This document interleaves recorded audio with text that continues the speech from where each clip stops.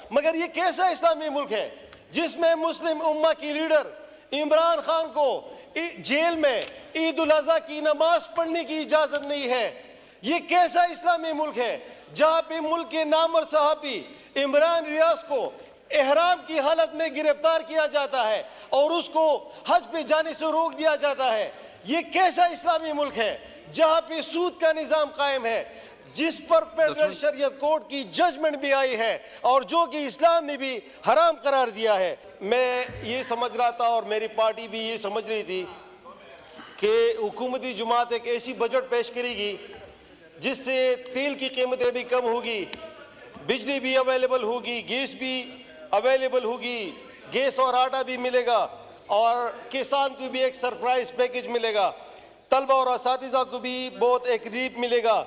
मगर हक़ाक़ इसके बरक्स आए और हम ये समझ रहे थे कि इस बजट से ये हमें और तहरीक इंसाफ को एक टफ टाइम देगी, मगर ये साबित हो गया कि ये एक जहरीला बजट है, ये एक अवाम दुश्मन बजट है जिसका वो सारा पोस्टमार्टम तो हमारे अपोजिशन लीडर साहब उमर अयूब साहब ने कर दिया। मगर मैं इस बजट का एक थोड़ा सा खुलासा पेश करना चाहता हूँ। इसका खुलासा ये है कि मिडिल क्लास की कमर तोड़ो और अशराफिया को बचाओ। ये बजट सिर्फ गरीब दुश्मन था, उनके ऊपर टैक्स लगाने के लिए था।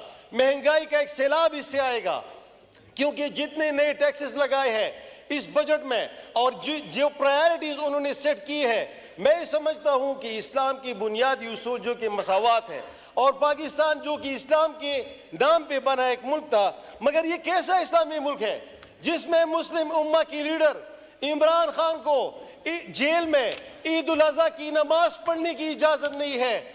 ये कैसा इस्लामी मुल्क है जहां पे मुल्क के नामवर सहाबी इमरान रियाज को एहराम की हालत में गिरफ्तार किया जाता है और उसको हज पे जाने से रोक दिया जाता है। ये कैसा इस्लामी मुल्क है जहां पे सूद का निजाम कायम है, जिस पर फेडरल शरीयत कोर्ट की जजमेंट भी आई है और जो कि इस्लाम ने भी हराम करार दिया है। ये कैसा इस्लामी मुल्क है? जनाब स्पीकर साहब, अगर इनमें हिम्मत होती तो ये सूद को खत्म कर देते, बजाय इसके गरीब के ऊपर और टैक्स लगाते। जनाब स्पीकर साहब, वज़ीर खजाना साहब ने अपनी तकरीर में कहा, जो कि इसके पेज नंबर 3 पे है, कि वफाकी हुकूमत इक़दामात उठा रही है कि किसी तरीके से सूद को कम किया जा सके। हालांकि फेडरल शरीयत कोर्ट की जजमेंट भी मौजूद है और इस्लाम की बुनियादी उसूल भी है कि कोई सूद हराम है और इसके बगैर मुआशी तरक्की भी मुमकिन नहीं है। जनाब स्पीकर साहब, अगर हम सेक्टोरल एलोकेशन की बात करें तो इस बजट में तालीम के लिए 39 अरब रुपए मुख्तस किए गए हैं, हायर एजुकेशन के लिए 66 अरब रुपए, बेनज़ीर इनकम सपोर्ट प्रोग्राम के लिए 593 अरब रुपए, दिफा के लिए 2200 अरब रुपए और इसके अलावा लैंड जस्टिस के लिए 8 अरब रुपए।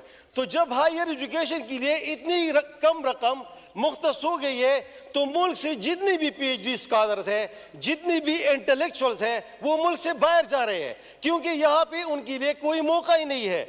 और 593 अरब रुपए जो कि बेनज़ीर इनकम सपोर्ट प्रोग्राम के लिए मुख्तस किए गए हैं और हुकूमत का ख्याल है कि पैसे दे देकर, गरीबों को पैसे दे देकर गुर्बत का ख़त्म किया जा सकता है, जबकि 2 साल की इकनॉमिक सर्वे की अगर हम रिपोर्ट उठा लें तो इसमें है कि 40% पॉवर्टी रेट है इस मुल्क में। मतलब 2 साल में 1 करोड़ से ज्यादा लोग गुर्बत की लकीर के नीचे जा चुके हैं।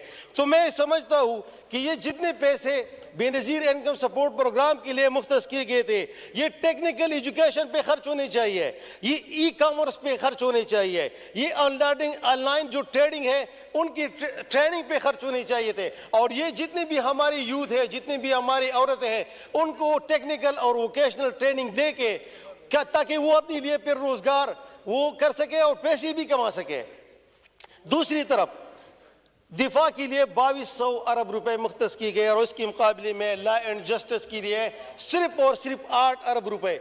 मतलब ये कि इस मुल्क की प्रायोरिटी ये है कि 2200 अरब रुपए फौज को दे दो और लॉ एंड जस्टिस के लिए सिर्फ 8 अरब रुपए। तो जब आप लॉ एंड जस्टिस को सिर्फ और सिर्फ 8 अरब रुपए देंगे तो इससे सिंध में फिर एक वडेरा जो कि फिर एक ऊंट की वो पाँव काटता है, इसी वजह से कि इस मुल्क में सजा और जजा का अमल ही नहीं है। इस मुल्क में किसी को ये फिक्र भी नहीं है कि अगर मैं ये गलत काम करूंगा तो मुझे ये सजा मिलेगी। दूसरी तरफ सारा मुल्क उसको कंडेम भी कर रहा था, सोशल मीडिया पे हम देख रहे थे। तो दूसरी तरफ मैं पाटा की आपको मिसाल दूंगा। पाटा में वहां पे सैकड़ों हजारों बच्चे ऐसे हैं जो कि लैंड माइन ब्लास्ट की वजह से उनके हाथ पांव नहीं है, उनके हाथ पांव कट चुके हैं। तो मेरा ये ख्याल है कि ये पैसा वहां पे खर्च होना चाहिए था। इसके अलावा मैं अपनी सूबे की भी बात करूंगा, क्योंकि लैंड जस्टिस को सिर्फ 8 अरब रुपए दिए गए हैं। मेरे सूबे में 600 जुडिशल ऑफिसर है और उनके सामने केसेस है 4 लाख। तो 4 lakh 600 judicial officer 4 lakh case कैसे वो डिसाइड करेंगे? मतलब ये स्टेट की प्रायोरिटी नहीं है कि वो लोगों को इंसाफ फराहम करें। दूसरी तरफ लाकानूनियत की इंतहाई सतह है कि मेरे पुख्तनख्वा बेल्ट में 36,000 लोग लापता है। जब पूरे पाकिस्तान में आप लोग ईद मना रहे थे, ईद उल अज़हा मना रहे थे, वहां पर मेरे स्वात में मेरे लोग, मेरे औरतें, वो लोग जिनकी बीवियां सड़कों पर थी, बच्चे वो सड़कों पर आए हुए थे, एहतजाज कर रहे थे क्योंकि उनके वो लवाकीन लापता थे। इसके अलावा लोड शेडिंग के लिए भी वो एहतजाज कर रहे थे क्योंकि वहां पे 12 घंटे से लेकर 18 घंटे तक लोड शेडिंग होती है। हमें इस बात पे मजबूर किया जाता है कि हम आके फीडरों पे हमले करें। हमें इस बात पे मजबूर किया जाता है कि हम आके फीडरों में बटन अपने हाथों से वो ऑन और ऑफ करें। जनाब स्पीकर साहब, बिजली की शहबाज शरीफ साहब की पहली जो तकरीर थी वो कह रहे थे कि 27 पावर प्लांट जो थे वो तहरीक इंसाफ की हुकूमत में बंद किए थे। तो जब उसने 27 पावर प्लांट भी शुरू किए और इसके बाद वो कह रहे हैं कि 20 महीने और भी चालू किए और हमारी लोड शेडिंग चली गई 12 घंटे और 18 घंटे तक, तो ये भी अजीब मंतक है। और इनको खुद भी पता नहीं है कि ये बजट कहाँ से आया है, किसने उसको तैयार किया है और ये रकम कहाँ पे एलोकेट हुई है। इस्लाम का एक बुनियादी उसूल है मसावत। मैं समझता हूँ कि इस मुल्क में बुनियादी स्टेक होल्डर जो है वो पाकिस्तान के 25 करोड़ अवाम है, जिनकी वजह से हम इस ऐवान में मौजूद है, जिनकी वजह से ये स्टेट चलती है। तो क्या हमने इस 25 करोड़ अवाम के लिए इस बजट में कुछ सोचा है? उनके लिए तो गैस भी महंगी है, उनके लिए तो बिजली भी महंगी, इनके ऊपर और भी टैक्सेस। और दूसरी तरफ पाकिस्तान में जो एलीट क्लास है उनके लिए क्या है? जो अशराफिया है, जो ब्यूरोक्रेसी है, इनके लिए क्या है? इनके लिए 90,000 सरकारी गाड़ियां, इनके लिए 220 अरब रुपए का मुफ्त पेट्रोल, उनके लिए 550 अरब रुपए की मुफ्त बिजली। जनाब स्पीकर साहब, अगर हमने यहाँ पे मसावत कायम करनी है तो ये जो चीजें हैं जो कि अशराफिया के लिए है, जो कि ब्यूरोक्रेसी के लिए है, ये गरीब लोगों के लिए होनी चाहिए। जनाब स्पीकर साहब, मुल्क में अगर हम मुआशी हालात को बेहतर करना चाहते हैं तो इसके लिए जरूरी है कि इस मुल्क में फॉरेन इन्वेस्टमेंट हो। मगर बदकिस्मती से यहाँ पर जब भी कोई लीक्स आती है, मतलब ये कि दुबई लीक्स आती है, तो इनमें मुस्लिम लीग नून का नाम कसरत से आता है। डॉन लीक्स आती है तो इनमें इनका नाम कसरत से आता है। पनामा लीक्स आती है तो इनमें इनका नाम कसरत से आता है। और दुबई लीक्स की मैं सिर्फ बात करूं तो वो है 12.5 अरब डॉलर, 12.5 अरब डॉलर, जो कि दुबई में गैर कानूनी तरीके से वो रकम मुंतकिल हुई है। और इससे हम एक्सपेक्ट कर रहे हैं कि फॉरेन इन्वेस्टमेंट पाकिस्तान में आएगी। तो कौन पागल पाकिस्तान में आएगा जहां कि अपनी हुक्मरान जुमात के लोग अपना पैसा बाहर लेके जा रहे हैं और हम उनको कह रहे हैं कि आगे पाकिस्तान में इन्वेस्टमेंट करें। जनाब स्पीकर साहब, सरकारी मुलाजिमीन के हवाले से मैं भी एक बात करना चाहता हूं, जिनकी बेसिक सैलरी पे इजाफा किया गया है, बेसिक सैलरी पे इजाफा किया गया है, उनके ग्रॉस सैलरी पे टैक्स लगाया गया है। मतलब सरकारी मुलाजिमीन जितनी भी है उनको तो लेने के देने पड़ जाएंगे। बेसिक सैलरी पे वो बढ़ाओ और ग्रॉस सैलरी पे टैक्स लगाओ। जनाब स्पीकर साहब, एक दो जरूरी और, इस बजट में खसूसी अफराद के लिए कुछ भी नहीं रखा गया है, जो कि इस मुल्क का भी एक सरमाया है, जो कि काम नहीं कर सकती। मैं समझता हूं कि इनके लिए प्रॉपर वो वजीफा मुकर्रर करना चाहिए जो कोई भी काम नहीं कर सकते, और जो काम कर सकते हैं स्टेट की ये जिम्मेदारी है कि वो उनको कोई जॉब, वो पैसे बिलाशुद कर्जा फराहम करे ताकि वो अपने लिए कोई कारोबार शुरू करे।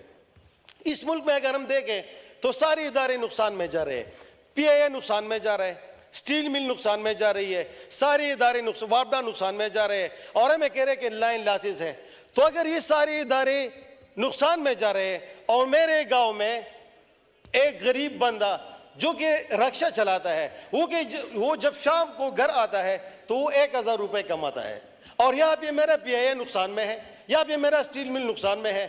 वजह इस मुल्क में सिर्फ एक है, वो है करप्शन। शुक्रिया। और वजह सिर्फ ये है इस मुल्क में करप्शन, और जिसने करप्शन के खिलाफ आवाज उठाई, जो इस मुल्क से करप्शन को जड़ से खत्म करना चाहता था, उसका नाम था इमरान खान, जो कि इस मुल्क में बैरूनी सरमायाकारी भी ला सकता है, इस मुल्क में करप्शन भी खत्म कर सकता है। और जितने भी मेरे इलाके में सबसे बड़ा मसला अमन अमान का भी है। इमरान खान के दौर में वहाँ पे अमन अमान कायम था, यहाँ पे खैबर पख्तूनख्वा के मेरे भाई बैठे हुए हैं। तो अब ये कौन सा वो चीज यहाँ पे हुई है कि वहाँ पे।